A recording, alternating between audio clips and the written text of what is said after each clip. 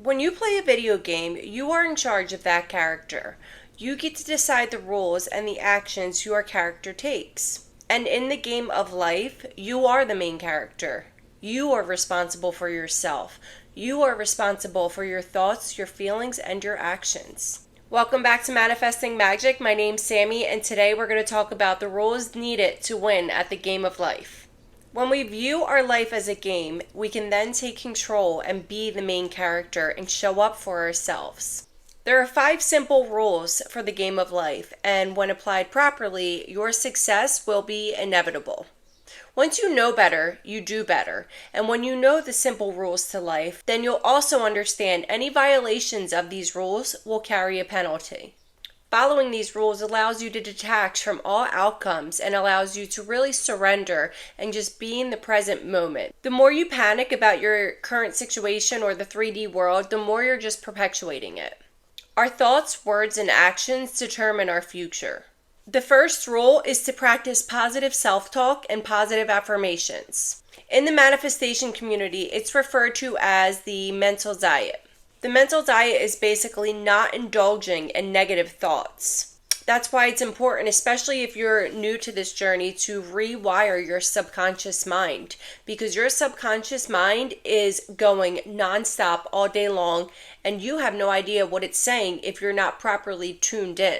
Subliminals are a great way to reprogram your subconscious mind. It's a good idea to sleep with subliminals on. I personally do it. I think it's a great way to allow your subconscious mind and your mind to soak in the positive thought patterns while you're asleep. Meditation is also a great way to really tap in and tune into your higher self. Our outer world is just a reflection of what's going on the inside. It's impossible to level up without really going in deep and doing that inner work. The second rule is to visualize your success. If you have believed that you've actually received your desires in your imagination, it has to show up in your physical reality.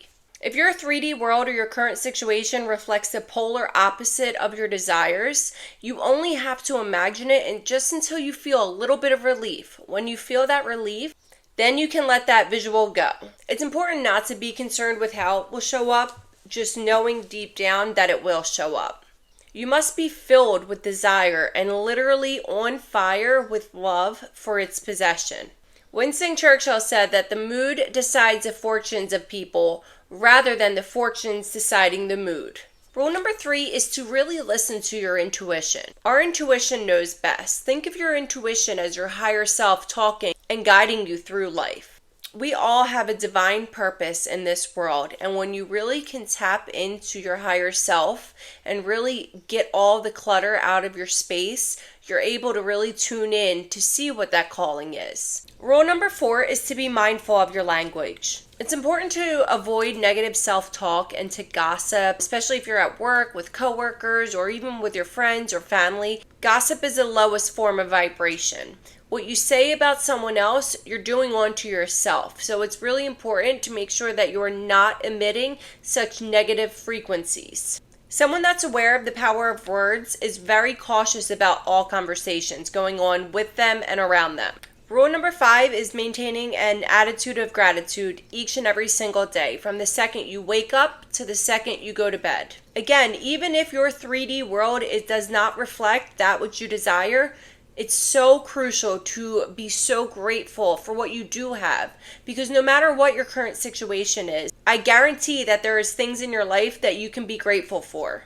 Even if it's in the shower, being grateful for the water that you have to be able to get a nice hot shower, or your family, or your car, or your phone, or your pets. There's so many things in your life already existing that you can be grateful for. And when you start to show up for yourself each and every day and you start to admit that gratitude, it really changes your whole life. It changes your outlook and everything, and the little things become big things.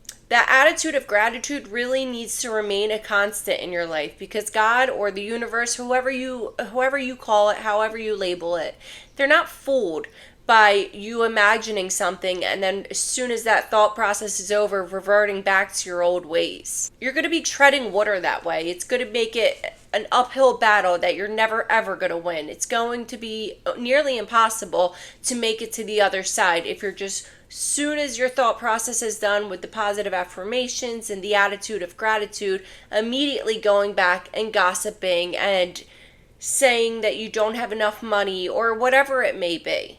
Make the game fun. Everything about this life is supposed to be fun. Don't make it so heavy and so dreadful every single day.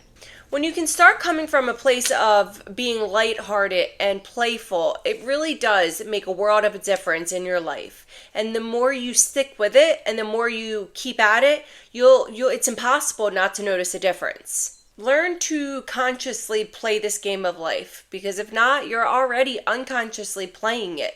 So you might as well be the main character of your game and take control of your life. Thank you so much for watching. Don't forget to like and subscribe. It really would mean the world to me. Thank you.